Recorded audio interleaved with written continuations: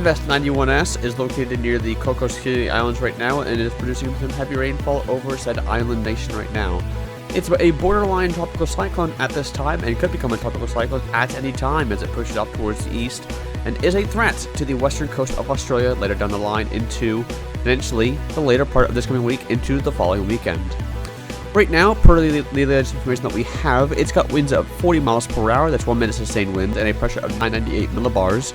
Moving eastward right now, pretty much due east, at around 7 miles per hour, and we are T-Coast code blue for this storm right now, and only barely just below code yellow. But that score is projected to decrease as the storm is moving away from the Cocos Keeling Islands right now. From said islands, at 157 miles away, 440 from Christmas Island, 1213 from Exmouth, 1256 from Onslow, and 1327 from Karratha. Locations in kilometers respectively are 252, 708, 1952, 2021, and 2135.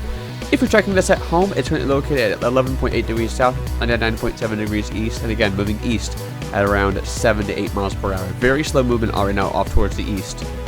So the system has, over the last few days, been taking its time, and particularly in the last 48 hours, developing into a tropical cyclone. But based on satellite imagery, which you'll see here in just a second, we are giving a 100% chance of development. So we are predicting development in the next 12 to 24 hours, maybe even sooner than that. If we become like a tropical cyclone as it pushes off towards the east, we'll have to wait and see what it does. Thankfully, given that it's far away from any land areas, no tropical cyclone-related watches or warnings are currently in effect, and they probably won't be for a few days yet. So having a look at the latest threats, what we're seeing right now, pretty much just for the Cocos Keeling Islands, it's only heavy rainfall. On top of what has already fallen, we could see an additional 100 millimeters of rainfall, and I have to say that could be a high estimate this time, given that we're using previous model runs as well. So we're looking at 100 millimeters at most. Additional totals of rainfall has already fallen on the Cocos Keeling Islands, but in general, this is not supposed to be too much of a big event for this. You know, these kind of guys in the Cocos Keeling Islands, they get this all the time, so they are well used to this. Much to say, heavy rainfall threat leading to some flooding problems, but overall impact is considered to be relatively tame as Invest 91S continues to pull off towards the east and does develop into a tropical cyclone. So what does our latest forecast say? So this is what we're forecasting right now, a very quick development into a tropical cyclone in the next 12 hours. And then it's a bit of a question mark. How quickly does the storm intensify? Wind shear is going to be a big inhibitor for this. And I do think that it's going to intensify quite slowly initially, given that wind shear is forecast to remain a bit high in the next 3 days or so. But as you can see, once it gets towards the west coast of Australia, it starts to turn back out towards sea. There is some questions at how far east the storm goes. The storm could go all the way over towards the east and make landfall in Western Australia. That cannot be ruled out entirely. So for the past 3 days, this is a very uncertain forecast, both intensity-wise and track. So this is the latest Bureau of Meteorology forecast cone. Interestingly, they are not forecasting a tropical cyclone at all from this system. Though if it does end up becoming a tropical cyclone by the Bureau standard, I think it will later down the line. It will be given the name of Megan. So that is the next name in the Australian region. And we are going to closely monitor the system again for what potential impacts in the west coast of Australia. This is what we're seeing right now for the intensity estimates of this storm right now. ASCAT passed earlier revealed that this system had winds that it captured of 35 miles per hour, but that was only on the eastern side of the circulation, and completely missed the bulk of the convection, which you'll see on the satellite imagery here in just a few seconds. That was very clearly on the western side, strongly on the western side. That stronger winds likely go over there, so we have gone with 40 miles per hour as a result. So this is what the model runs are saying right now. This is the 12Z GFS run. We are due for a new one in the next few hours or so. So just looking at the 18Z run now on my end here, it's gone much further east than what it's showing here, albeit at virtually the same intensity. So this storm is continuing to trend off towards the east, and the chance of an impact in Western Australia looks to be growing. But you know, with this kind of system, this far out, 5+ days out, we really can't say anything for certain. So it's going to be very important for residents in Western Australia, in particular, along the coastline that was hit by Cyclone Ilsa in that region, and maybe down south towards Exmouth and Perth, that you monitor this system very closely, as it could be receiving, those locations could be receiving tropical cyclone impacts into next week, believe it or not. So this is still just over a week out, but we can still say that this system is a potential threat for these regions. So this is what Sea Temperatures is saying right now for the storm right now. They are around 28 to 29 degrees Celsius underneath the storm, so more than enough for the system to become a cyclone. And the limit for tropical cyclone development, as you can see, is probably in that yellow area at the bottom of the graph there. So as long as that system doesn't go into any of those green areas in general, it should be good enough for the system to become a tropical cyclone. I don't think that's going to happen for about another week or so. So sea temperatures should not be an issue for this storm right now.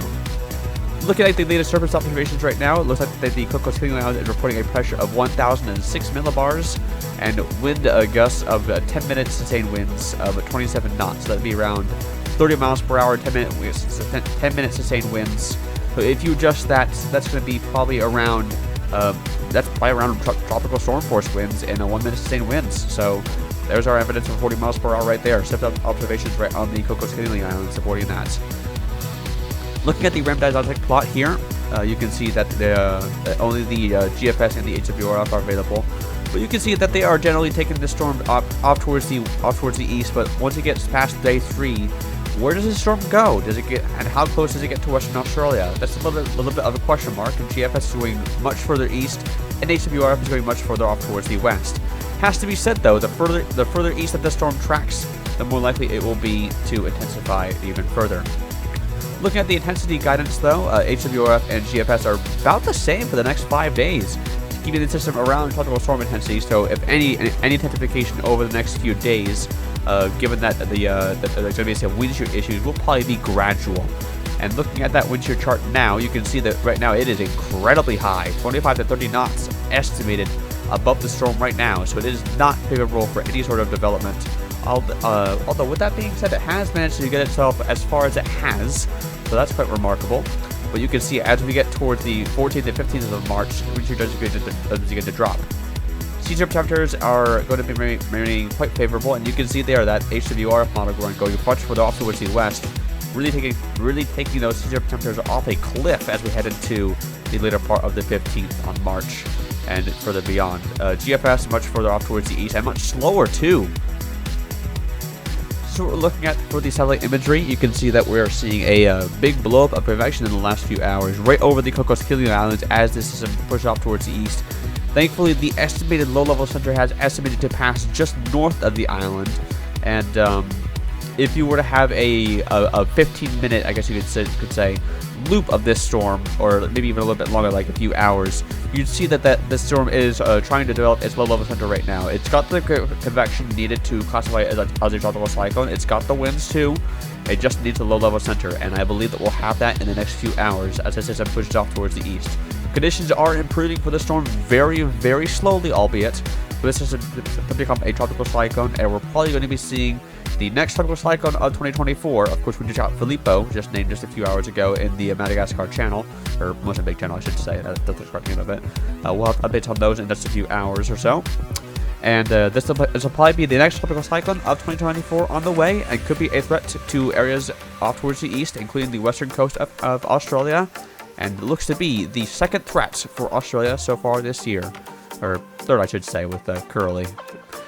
We'll have further updates on NFS91S as it pushes off towards the east over the next few days, and you can tune to 413's outlets on Twitter and Facebook. You can find us on there at 413, and we'll have further updates on this storm as it pushes off further off towards the east and potentially threatens the west coast of Australia over the next few days.